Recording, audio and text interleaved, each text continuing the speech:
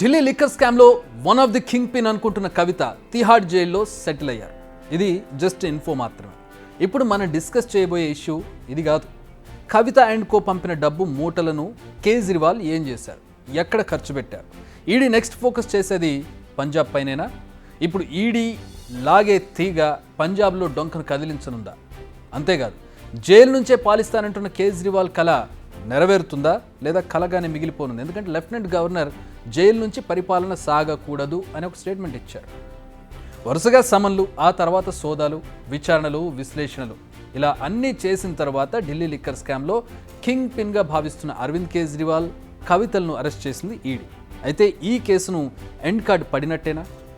ఈ క్వశ్చన్కు నో అనే ఆన్సర్ చెబుతోంది ఈడీ. ఇప్పుడు ఈడీ ఫోకస్ పంజాబ్ మీద పెట్టింది. పంజాబ్ లిక్కర్ పాలసీపై నజర్ పెట్టింది. పంజాబ్ సీఎం భగవంత్ మాన్ సింగ్ నిర్ణయాలపై ఫోకస్ పెట్టింది. ఇప్పటికే Punjab excise and taxation commissioner Varun Roojam ఇంట్లో సోదాలు నిర్వహించింది. ఈడీ పంజాబ్పై ఎందుకు ఫోకస్ పెట్టింది? ఢిల్లీ లిక్కర్ స్కామ్కు పంజాబ్కు ఏమైనా లింక్ ఉందా అంటే అవునని అంటున్నారు Punjab BJP state chief Sunil Kumar. ఆయన ఇప్పటికే ఎలక్షన్ కమిషన్ ఆఫ్ ఇండియాకు కంప్లైంట్ చేశారు. ఢిల్లీ లిక్కర్ పాలసీ లాగానే పంజాబ్ లిక్కర్ పాలసీలో కూడా లొసుగులున్నాయి, దీనిపై కూడా దర్యాప్తు చేయండి, అసలు నిజాలు వెలుగులోకి తీసుకురండి అని ఆయన కోరుతున్నారు. ఆయన ఫిర్యాదు చేసిన సమయంలో ఈడీ రంగంలోకి దిగింది. ఆయన ఇంట్లో సోదాలు చేసింది. ఆయన మాత్రమే కాదు, ఎక్సైజ్ డిపార్ట్మెంట్లోని కొందరు వ్యక్తులకు కూడా త్వరలోనే ఈడీ నోటీసులు వెళ్లనున్నాయి. వాళ్ళందరినీ ఢిల్లీకి పిలిపించి విచారించాలన్న ఆలోచనలో ఉంది ఈడీ. ఇప్పటికే ఈ కేసులో లంచంగా ముట్టిన డబ్బులను గోవా, పంజాబ్లో ఎన్నికల ప్రచారానికి వాడారని ఈడీ చెబుతోంది. లెక్కలు కూడా చూపెడుతోంది. మరి ఇప్పుడు ఈడీ గనుక పంజాబ్పై ఫోకస్ చేస్తే ఎవరి పేర్లు బయటకు వస్తాయి, ఎవరిపై కేసులు నమోదవుతాయి? ఎన్నికల ముందు ఆప్ నేత పంజాబ్ సీఎం భగవంత్ మాన్ సింగ్ చిక్కుల్లో పడ్డం తప్పదా? ఇప్పుడు ఇదే ఇంట్రెస్టింగ్గా మారింది. ఎందుకంటే ఆల్రెడీ ఆప్ అధినేతనే జైల్లో పెట్టారు. పంజాబ్ లోక్సభ ఎన్నికల్లో ఈసారి ఒంటరిగా పోటీ చేయాలని డిసైడ్ అయింది బీజేపీ. 13 లోక్సభ స్థానాల్లో సొంతగా అభ్యర్థులను బరిలోకి దించనుంది. ఇలాంటి సమయంలో పంజాబ్పై ఈడీ ఫోకస్ చేయడం కాస్త ఇంట్రెస్టింగ్ అనే చెప్పాలి. ఈడీ మరికొన్ని రోజుల్లో గనుక నోటీసులు జారీ చేసి విచారణ జరిపితే బీజేపీ ఎన్నికల అస్త్రం పంజాబ్ లిక్కర్ పాలసీ కావడం తథ్యం. ఇది పంజాబ్ స్టోరీ. ఇప్పుడు ఢిల్లీకి వద్దాం. కేజ్రీవాల్ అరెస్ట్ అయినప్పటి నుంచి ఒక మాట వినిపిస్తోంది. అదేంటంటే జైలు నుంచే కేజ్రీవాల్ పాలిస్తారని. మరి కేజ్రీవాల్ కళ నెరవేరుతుందా? ఆయన వెళ్తూ కూడా అదే మాట చెప్పెళ్ళారు. అంటే అంత కాన్ఫిడెంట్గా ఎస్ చెప్పే సినారియో అక్కడ ఉందా అంటే లేదనే చెప్పాలి. ఎందుకంటే ఢిల్లీ పాలిటిక్స్పై ఫోకస్ పెంచారు అక్కడ లెఫ్టినెంట్ గవర్నర్. ముందు నుంచి కూడా లెఫ్టినెంట్ గవర్నర్కి ఢిల్లీ గవర్నమెంట్కి మధ్య ఎలాంటి పరిస్థితులు ఉంటాయో మనం చూస్తూనే ఉంటాం. ఆయన ఎడ్డమంటే తెడ్డమంటారు, ఈయన ఎడ్డమంటే ఆయన తెడ్డమంటారు. సో ఇలాంటి పరిస్థితుల్లో గవర్నర్ ఈయన జైలు నుంచి పరిపాలిస్తానంటే ఒప్పుకుంటారా? సర్కార్ జైల్ సే నహీ చలేగి అంటున్నారు Delhi lieutenant governor V K Saxena. Delhi ప్రజలకు నేను నమ్మకం ఇస్తున్నా, ప్రజల ప్రభుత్వం జైలు నుంచి మాత్రం నడవదు అని బల్లగుద్ది మరీ చెబుతున్నారు. దీన్ని బట్టి చూస్తే కేజ్రీవాల్ కళ నెరవేరే పరిస్థితి అయితే కనిపించడం లేదు. నిజానికి గురువారంతో కేజ్రీవాల్ కస్టడీ ముగియనుంది, కానీ ఆయనకు బెయిల్ వచ్చే ఛాన్సెస్ అయితే చాలా తక్కువ. సో ఆయన కూడా కవిత బాటలోనే తీహాడుకు వెళ్ళక తప్పని పరిస్థితి. ఇదే జరిగితే వెంటనే రంగంలోకి దిగేందుకు రెడీగా ఉన్నారు లెఫ్టినెంట్ గవర్నర్ సక్సేనా.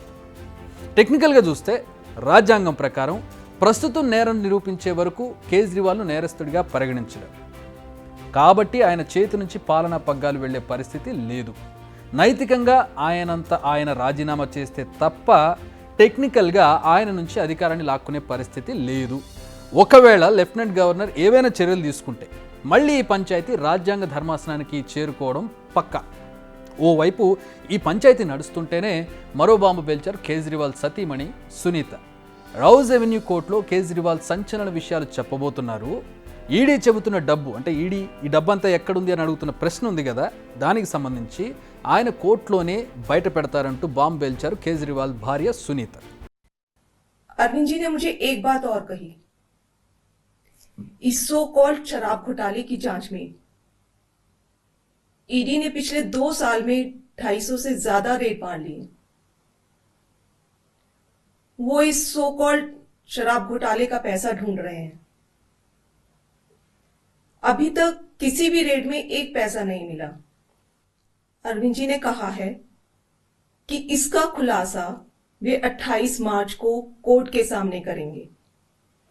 सारे देश को सच सच बताएंगे कि इस सो कॉल्ड शराब घोटाले का पैसा है कहाँ?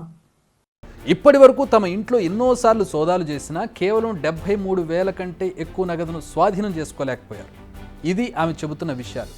మరి ఆమె చెప్తున్నట్టుగా డబ్బు ఎక్కడుందో కేజ్రీవాల్ చెప్తే అసలు ఆయన ఏం సమాధానం చెప్తారనేది మీద ప్రస్తుతం చాలా ఆసక్తి కనపడుతుంది. మరి పంజాబ్పై ఈడీ ఫోకస్ చేస్తే ఏం జరగబోతోంది? కోర్టులో కేజ్రీవాల్కు బెయిల్ దొరుకుతుందా లేదా? ఆయన తిహాడ్ జైలుకు తప్పదా? ఇంతగా కేజ్రీవాల్ కోర్టులో చెప్పబోయే ఆ సంచలన విషయాలు ఏంటి అన్నది ఇప్పుడు ఆసక్తికరంగా మారింది. ఏదేమైనా కూడా ఈ కేసు మరో టర్న్ తీసుకోవడం ఖాయంగా కనిపిస్తోంది. అది ఆప్కు ఊరట కలిగిస్తుందా లేదా మరింత ఇరుకున పెడుతుందా అన్నది నెక్స్ట్ ఎపిసోడ్లో చూద్దాం.